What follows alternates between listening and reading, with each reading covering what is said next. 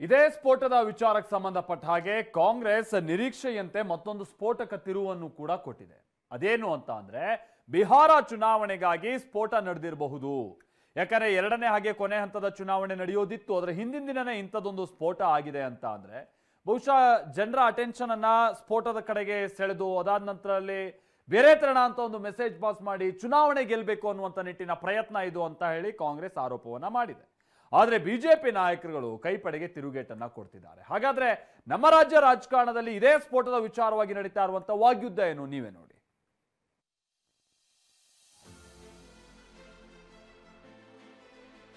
ದೆಹಲಿಯಲ್ಲಿ ಸ್ಫೋಟ, ಕರ್ನಾಟಕದಲ್ಲಿ ರಾಜಕೀಯ ಮಾತಿನ ಯುದ್ಧ.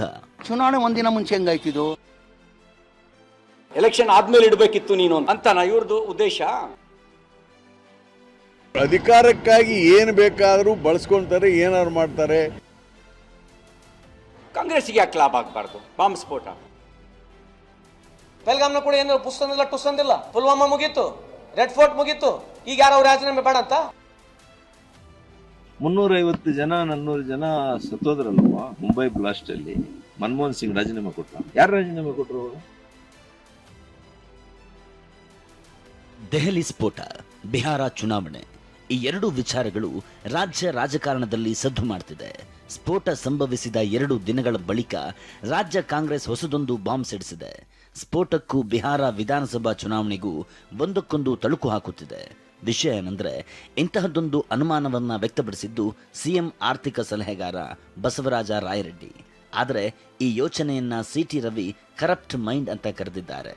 ಅವರು ಬಿಹಾರದಲ್ಲಿ ಏನಾದರೂ ಚುನಾವಣೆ ಮೊದಲೇ ಹಂತದಲ್ಲಿ ಗೆಲ್ಲಕ್ಕಾಗಲ್ಲ ಅಂತ ಹೇಳಿ ಎರಡನೇ ಹಂತದಲ್ಲಿ ಇದ್ರ ಬಗ್ಗೆ ಏನಾದರೂ ನಾನು ಇದ್ರ ಕೈವಾಡ ಇದೆ ಅಂತ ಹೇಳಕ್ಕೆ ಆಗಲ್ಲ. ನಾನು ಅವರು ಅಧಿಕಾರಕ್ಕಾಗಿ ಏನು ಬೇಕಾದರೂ ಬಳಸ್ಕೊಳ್ತಾರೆ, ಏನಾದ್ರು ಮಾಡ್ತಾರೆ ಅನ್ನೋದನ್ನ ನಾನು ಹೇಳಬಲ್ಲೆ. ಕಾಂಗ್ರೆಸ್ಗೆ ಯಾಕೆ ಲಾಭ ಆಗಬಾರ್ದು? ಬಾಂಬ್ ಸ್ಫೋಟ ಅಂದ್ರೆ ಇದೊಂದು ಕರಪ್ಟ್ ಮೈಂಡ್ ಸೆಟ್. ಇದು ತನ್ನ ಒಳಗೆ ಇರುವ ಹುಳವನ್ನ ಬೇರೆಯವರ ತಲೆ ಒಳಗೆ ಬಿಡೋ ಪ್ರಯತ್ನ ಮಾಡ್ತಾರೆ. ಅವ್ರ ತಲೆ ಒಳಗೆ ಹುಳ ಇದೆ. ಈ ಕರಪ್ಟ್ ಮೈಂಡ್ ಸೆಟ್ ನ ಹುಳ ಅವ್ರ ತಲೆ ಒಳಗಿದೆ.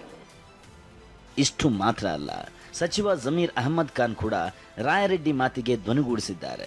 ಮತದಾನ ನಡೆಯುವ ಹಿಂದಿನ ದಿನ ಸ್ಫೋಟ ಯಾಕಾಯ್ತು ಅಂತ ಪ್ರಶ್ನಿಸಿದ್ದಾರೆ. ಇದಕ್ಕೆ ತಿರುಗೇಟು ಕೊಟ್ಟ ಬಿಜೆಪಿ ಚುನಾವಣೆ ಬಳಿಕ ಸ್ಫೋಟ ಆಗ್ಬೇಕಿತ್ತ ಅಂತ ಮರು ಪ್ರಶ್ನಿಸಿದ್ರು. ನನ್ಗೆ ಆಶ್ಚರ್ಯ ಆಗೋದೇನಂದ್ರೆ, ಚುನಾವಣೆ ಒಂದಿನ ಮುಂಚೆ ಹೆಂಗಾಯ್ತಿದು? ಈಗ ಬಿಹಾರ ಚುನಾವಣೆ ಇತ್ತು ಬಗರತ್ತಾನೆ. ಬಿಹಾರ ಚುನಾವಣೆ ಒಂದಿನ ಮುಂಚೆ ಆಗ್ಬೇಕಾದ್ರೆ ಎಲ್ಲೋ ಒಂದ್ ಕಡೆ ಒಂದಿನ ಚುನಾವಣೆ ಏನಕ್ಕೆ ಇದು? ನಮ್ಮನ್ನ ಹಬ್ಬಕ್ಕೂ ಕರೆಯಲ್ಲ, ಬಿರಿಯಾನಿನೂ ಕೊಡಲ್ಲ. ಬಿರಿಯಾನಿ ಕೊಡೋದು ಸಿದ್ದರಾಮಯ್ಯನವರಿಗೆ, ಹಬ್ಬಕ್ಕೆ ಕರೆಯೋದು ಕಾಂಗ್ರೆಸ್ನವ್ರನ್ನ. ಕೇಳಿ ನೀವು, ಯಾಕಪ್ಪ ಎಲೆಕ್ಷನ್ ಟೈಮಲ್ಲೇ ಇಡ್ತೀಯಾ, ಎಲೆಕ್ಷನ್ಗೆ ನಂತರ ಇಟ್ಟರೆ ಅಂತನ ಇವ್ರದ್ದು ಉದ್ದೇಶ. ಎಲೆಕ್ಷನ್ ಆದ್ಮೇಲೆ ಇಡಬೇಕಿತ್ತು ನೀನು ಅಂತ ಕೇಳಿ, ಯಾರು ಬೇಡ ಅಂತಾರೆ? ಈ ನಡುವೆ ಭದ್ರತಾ ವೈಫಲ್ಯದ ಚರ್ಚೆ ಕೂಡ ಮುನ್ನೆಲೆಗೆ ಬಂದಿದೆ.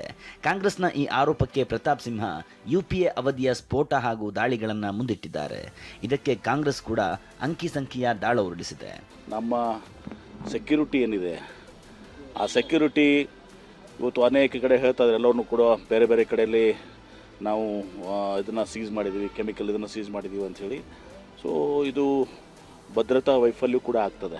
ನಿಮಗೆ ಎಕ್ಸ್ಪ್ಲೋಸಿವ್ಸ್ನ ಕಾರಲ್ಲಿ ಇಟ್ಕೊಂಡು ಬಂದು ಟ್ರಾಫಿಕಲ್ಲಿ ಬ್ಲಾಸ್ಟ್ ಮಾಡಿದರೆ ಏನು ಮಾಡೋಕ್ಕಾಗುತ್ತೆ? ಒಳಗಡೆ ಇರೋವಂಥವರೇ ಬಾಂಬ್ ಬಿಡೋಕ್ಕೆ ಅಂತ ಹೊರಟಾಗ ಮೋದಿಯವರು ಏನು ಮಾಡೋಕ್ಕಾಗುತ್ತೆ? ಕಳೆದ 11 ವರ್ಷಗಳಲ್ಲಿ ಕಾಶ್ಮೀರವನ್ನು ಬಿಟ್ಟು ದೇಶದಲ್ಲಿ ಇಂಥ ಘಟನೆ ಸಂಭವಿಸುತ್ತ? ಈ ರೀತಿ ಸರಣಿ ಬಾಂಬ್ ಬ್ಲಾಸ್ಟ್ಗಳು UPA ಸರ್ಕಾರದ ಸಂದರ್ಭದಲ್ಲಿ ಆಗಿದ್ದು. 10 ವರ್ಷದಲ್ಲಿ ಒಂದರಿಂದ ಒಂದು ಬಾಂಬ್ ಬ್ಲಾಸ್ಟ್ಗಳಾಯಿತು. ಬಿಜೆಪಿ ಸರ್ಕಾರ ಬಂದ ಮೇಲೆ ಜಮ್ಮುನಲ್ಲಿ ಸತ್ತವರು 6 ಜನ, ಗುರುದಾಸ್ಪುರ್ 10 ಜನ ಸತ್ತಿದ್ದಾರೆ. ಅದೇ ರೀತಿ ಪಠಾಣ್ಕೋಟಲ್ಲಿ ಇದಾಯಿತು. ಬಾರಾಮುಲ್ಲಾ, ಕೋಕಾಜಾರು, ಪಾಂಪುರೆ, ನಗ್ರೋಶಾ, ಭೂಪಾಲು, ಪಹಲ್ಗಾಮು, ಇದು ಸೇರಿಸಿ ಬೇಕಾಷ್ಟು ಒಂದು 20-25 ಸ್ಥಳಗಳಲ್ಲಿ 2015ರಿಂದ ಇದೆಲ್ಲ ಕೂಡ ಆಗಿದೆ. ಇನ್ನು ಅಶೋಕ್ ಹಾಗೂ ಪ್ರಿಯಾಂಕ್ ನಡುವೆ ಗೃಹ ಸಚಿವ ಖಾತೆಯ ಜಟಾಪಟಿ ನಡೀತಿದೆ. ಸ್ವತಂತ್ರ ಭಾರತದಲ್ಲಿ ಅತ್ಯಂತ ಅಸಮರ್ಥ ಗೃಹ ಸಚಿವರು ಯಾರನ್ನ ಇದ್ರೆ ಅದು ಅಮಿತ್ ಶಾ ಅವರು. ಇನ್ನು ಎಷ್ಟು ಜನ ಪ್ರಾಣ ಕಳ್ಕೋಬೇಕ್ರಿ? ಡೆಲ್ಲಿ ಆಯಿತು, ಮಣಿಪುರ ಆಯಿತು, ಪುಲ್ವಾಮಾ ಆಯಿತು, ಪಹಲ್ಗಾಮ್ ಆಯಿತು. ಉತ್ತರ ಸಿಕ್ಕಿದ್ಯಾ? ಏನಿದ್ರು ಫಸ್ಟ್ ಅವ್ರು ರಾಜೀನಾಮೆ ಕೊಡಲಿ, ಅದಾದ್ಮೇಲೆ ಮುಂದಿನ ಮಾತಾಡ್ಬೋದು. ದೊಡ್ಡ ಖರ್ಗೆ ಅವರೇ ಗೃಹ ಸಚಿವರಾಗಿದ್ರು, ನಾನು ಜ್ಞಾನೇಂದ್ರ ಅಸೆಂಬ್ಲಿಯಲ್ಲಿದ್ರಿ. ಕಂಬಾಲಪಲ್ಲಿ ಘಟನೆ ಆಯಿತು ಕೋಲಾರದಲ್ಲಿ, 8 ಜನ ದಲಿತರನ್ನ ಸಜೀವಾಗಿ ಸುಟ್ಟಾಕಿದ್ರು. ಆ ಕೇಸ್ ಏನಾಯ್ತು? ಅವರೆಲ್ಲ ನಿರಪರಾಧಿಗಳು ಅಂತ ಆಯ್ತು. ಈ ನಡುವೆ ರಾಜೀನಾಮೆಯ ಚರ್ಚೆಯೂ ಮುನ್ನೆಲೆಗೆ ಬಂದಿದೆ. ಮತ್ತೆ ಈ ಪ್ರಧಾನಮಂತ್ರಿ ಕೊಡಬಾರ್ದು ರಾಜೀನಾಮೆ? ಈಗ ಈ ಪ್ರಧಾನಮಂತ್ರಿ ಬೇಡ ಅಂತ ಕೊಡೋದು ಬಾಂಬ್ ಬ್ಲಾಸ್ಟ್ ಅಲ್ಲಿ ರೆಡ್ ಫೋರ್ಟ್ ಆಗೈತೆ. ಮೊನ್ನೆ ಪೆಲ್ಗಾಮ್ ಆಯ್ತು, ಪೆಲ್ಗಾಮ್ನ ಕೂಡ ಏನು ಪುಸ್ತಂದಿಲ್ಲ ಟುಸ್ತಂದಿಲ್ಲ. ಪೆಲ್ಗಾಮ್ ಮುಗೀತು, ಪುಲ್ವಾಮಾ ಮುಗೀತು, ರೆಡ್ ಫೋರ್ಟ್ ಮುಗೀತು. ಈಗ ಯಾರು ರಾಜೀನಾಮೆ ಬೇಡ ಅಂತ? 350 ಜನ 400 ಜನ ಸತ್ತೋದ್ರಲ್ವಾ ಮುಂಬೈ ಬ್ಲಾಸ್ಟ್ ಅಲ್ಲಿ. ಮನಮೋಹನ್ ಸಿಂಗ್ ರಾಜೀನಾಮೆ ಕೊಟ್ಟ. ಯಾರು ರಾಜೀನಾಮೆ ಕೊಟ್ಟರು? ಎಐಸಿಸಿ ಅಧ್ಯಕ್ಷ ಮಲ್ಲಿಕಾರ್ಜುನ ಖರ್ಗೆ ಕೇಂದ್ರದ ವಿರುದ್ಧ ಗುಡುಗಿದ್ರು. ಎಲ್ಲಾ ಏಜೆನ್ಸಿಗಳಿದ್ರೂ ಕೇಂದ್ರ ಸರ್ಕಾರ ವಿಫಲವಾಗಿದೆ ಅಂತ ಹರಿಹಾಯ್ದ್ರು. ನ್ಯಾಷನಲ್ ಕ್ಯಾಪಿಟಲ್ ಅಲ್ಲಿ ನಿಮ್ಮ ಹತ್ರ ಇಂಟೆಲಿಜೆನ್ಸ್ ಇರ್ತದೆ, ನಿಮ್ಮ ಹತ್ರ IB ಇರ್ತದೆ, ನಿಮ್ಮಲ್ಲಿ CBI ಇರ್ತದೆ, ನಿಮ್ಮಲ್ಲಿ ಬೇರೆ ಬೇರೆ ಏಜೆನ್ಸಿಗಳಿರ್ತವೆ. ಅದಕ್ಕಾಗಿ ಬೇರೆ ಏಜೆನ್ಸಿಗಳು ಅಲ್ಲಿದ್ದರೂ ಕೂಡ ಸರ್ಕಾರ ಅದು ವಿಫಲವಾಗಿದೆ ಇದರಲ್ಲಿ. ಇದೆಲ್ಲದರ ನಡುವೆ ಪ್ರಧಾನಿ ನರೇಂದ್ರ ಮೋದಿ ಸ್ಫೋಟದಲ್ಲಿ ಗಾಯಗೊಂಡವರನ್ನ ಭೇಟಿ ಮಾಡಿದ್ದಾರೆ. ಈ ಬಗ್ಗೆ ಟ್ವೀಟ್ ಮಾಡಿ ತಪ್ಪಿತಸ್ಥರನ್ನ ಯಾವುದೇ ಕಾರಣಕ್ಕೂ ಬಿಡೋದಿಲ್ಲ ಅಂತ ಎಚ್ಚರಿಕೆ ಕೊಟ್ಟಿದ್ದಾರೆ. ಅಲ್ಲದೆ 3 ಸೇನಾ ಮುಖ್ಯಸ್ಥರಿಂದ ಮೋದಿ ತನಿಖೆಯ ಮಾಹಿತಿ ಪಡೆದುಕೊಂಡಿದ್ದಾರೆ. ಬಳಿಕ ಭದ್ರತಾ ಸಂಪುಟ ಸಮಿತಿ ಸಭೆ ನಡೆಸಿದ್ರು.